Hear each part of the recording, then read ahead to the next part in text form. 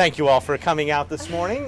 We wanted to take you out here. We are between 6th Street and the Jackson Lake Pool, which we are working to open as soon as possible this summer. Originally, we thought we might be in 6th Street. We had a situation where basically there was no water coming to the pool. And what they were able to do yesterday was repair the valve at the main water line on 6th Street. And that has established some water coming to the pool. Actually enough water that we could now fill up the pool. But they know through a series of tests that there are at least one, possibly as many as 3 leaks between the valve in 6th Street and the pool here. And they use a sort of pinging apparatus from both ends to try and determine where that leak is. And their best guess is that the leak is somewhere along here. They've already dug one trench here, and they'll continue to dig trenches until they find the leak. Once they get down to the actual pipe itself, they apply this leak detector device, which is basically a large microphone. And the louder it is, the closer they are to the leak. So he was just saying that they're very close, although they might have to go back that way a little bit. We're going to stay here until we get that leak fixed and finished today. This represents a great deal of cooperation between the city and Capital Region Water. I spoke to Shannon, their executive director, directly. We prioritized this dig for this week and all the work that they did yesterday and today. It's actually a city crew which is doing the digging and hauling away the dirt, but it's Capital Region Water which is providing their expertise and their equipment to help fix the actual repair when we get here. This is the last of the major infrastructure repairs that have to be fixed before the pool can open. And again, we think we can get it fixed today, and that's why you're all here. The other issue is the same at both of the pools, and it is an electrical issue. And I will let Wayne speak to that because I am not an expert. But the bottom line is that neither of the pools has been properly grounded historically in the past. We took it on ourselves to make sure that we were going to put safety first, and we did ourselves a voluntary electrical inspection of all the pools. We determined certain things that were faulty and needed to be corrected, and that is happening right now as we speak at the Allison Hill pool. So there's activity at both pools today. We think the electrical work will be finished within the next 2 weeks. This will be finished today, and we should be able to open the pools in about 2 weeks' time. I can't give you that as a definitive date at this point because we haven't finished the work, but we think that's the hope, which will mean the pools will be open in June and will just be a couple weeks behind schedule. I'm joined by Wayne Martin, City Engineer, Aaron Johnson, our Public Works Director, and Kevin, who is our Recreation Director for Parks and Rec. They can all talk about different aspects of this. But let's start, Wayne, do you want to talk a little bit about what's happening electrically at the pools and why it's happening? I can. We sanctioned a full electrical inspection of the pools to make sure there are no code violations or issues. Over time, the grounding loops that are in the pools can deteriorate with ground shifts and things like that.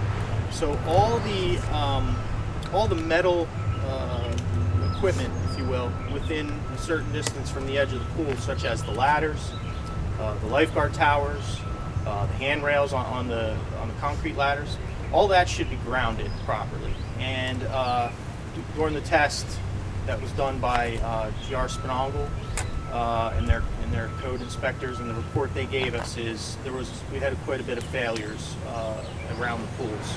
So we're installing grounding loops at both pools.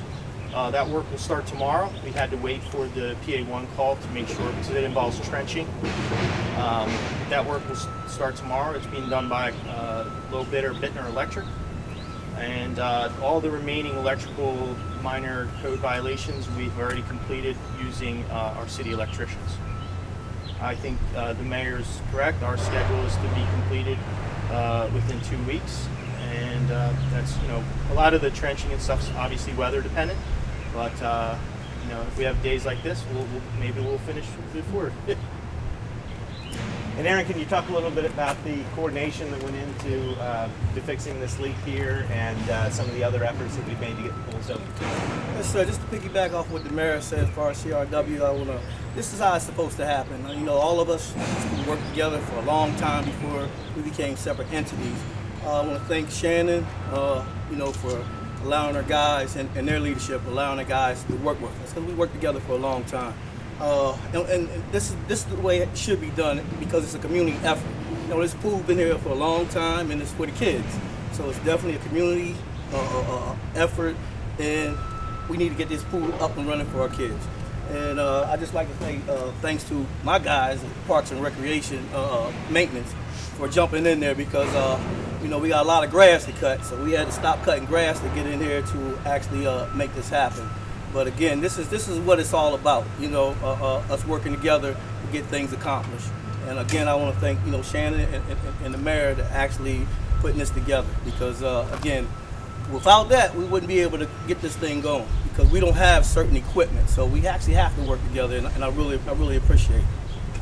That's right, and I think it's fair to say that already we have water enough going to the pool that we could fill the pool. Yes, sir. And that was really a part of fixing the valve in the main road. This is to make the line more efficient and to fix the leaks that are between there and there, but we could fill the pool now. Yes, sir. And Kevin, you want to talk? I know our summer programming has started, which is exciting. Do you want to just talk a little bit about what's going on throughout the city and what will happen once the pools actually are ready to go? The summer program started yesterday morning at 10 o'clock. They went from 10 to 3 at 7 playgrounds. And then as far as the pool goes, once the pool is incorporated, we'll have both programs running, hopefully within the next 2 weeks. We've hired the lifeguards and the professionals, and they're all on standby and ready to go. So as soon as we get this done and the electrical work done, we'll open the pools. Hopefully it'll be this month, and it'll be within 2 weeks, and hopefully the weather will cooperate and it won't get too hot in the meantime. So, does anyone have any questions? Thank you for letting us come out, and you're welcome to stay and continue to watch the trench work. It's safe to say that a pool will probably be open by July 4th, or the goal is to have it open The goal by is to July. have the pool open this month. This month. I think it's safe to say, but you know, I think I've showed you what needs to be done and, Right. and what we're doing. So how much is all this? How much does this cost? I mean, this seems pretty labor intensive. It's very labor intensive, especially if they have to be here all day, you know, continually digging up the line. This is our team. It's our crew. We're providing the labor, and I think, as Aaron mentioned, it's not that it's what it is it's basically taking these folks away from grass cutting or other projects in the city. But they've all focused on getting the pool open because collectively we believe that's a real priority for the city. Make sure we have those activities available for the summer. So how much is it? How is it being paid for by a grant, and how much? I mean, what's the total number? Right. Do we know the cost of the electrical work, the bid? Do you have that? Off the top of my head, it was under $20,000 for both pools. That would just be to install the grounding loops. That is being paid for through the CDBG grant that was authorized by City Council last year, appropriated by City Council last year. Of which we still haven't spent all of that money. We're gonna have money to return at the end, I think, back to the CDBG fund. But that's the last repair to get that pool open. And how about for the leak issue? How much does that cost? This is pretty much all labor. I guess there could be some parts associated with the actual piping. Right? We're on the city end. We're responsible for the materials, and as our guys is the one that's actually doing the excavation and everything. So it's basically coming out of my budget. I would say a few $100s in Yeah. like repair materials, but keep in mind that the city does pay for its water bills now. So at the end of the day, it'll save money to fix these leaks. So $20,000 to repair both pools, the electrical. The grounding issue that we Grounding. talked about. That's Okay. right. And that's the final phase in a whole series of repairs that have occurred over the past year. And again, those occurred because we took it upon ourselves to do an extra inspection so that we could make sure that things were up to code, and we are repairing those items. It's not that somebody came in and said you had to do it. We said we needed to make sure the pool was safe. We feel it's important to go above and beyond what the legal requirements are. For example, these pools were built in the 1960s before ADA, But we are having a Center for Independent Living out here on Thursday to see what kind of changes we can make to make them more accessible to the handicapped. Even though we haven't done a major renovation that would legally require us to make those changes, we still feel it's important to remove barriers and safety, accessibility, and those types of things. We're going above and beyond what's required by law. Mayor, you said this is only really a few weeks later than it normally would be open. Why is it so important, though, to have these pools open in the community? Because we need activities for our youth and our families. It's a wonderful pool.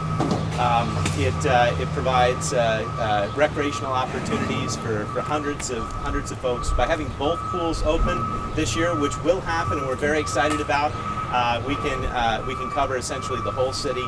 And this is what the summer is all about. It's about having safe recreational activities for kids and families. Found a leak, as you can see back there. You can hear the water rushing, the water gushing up.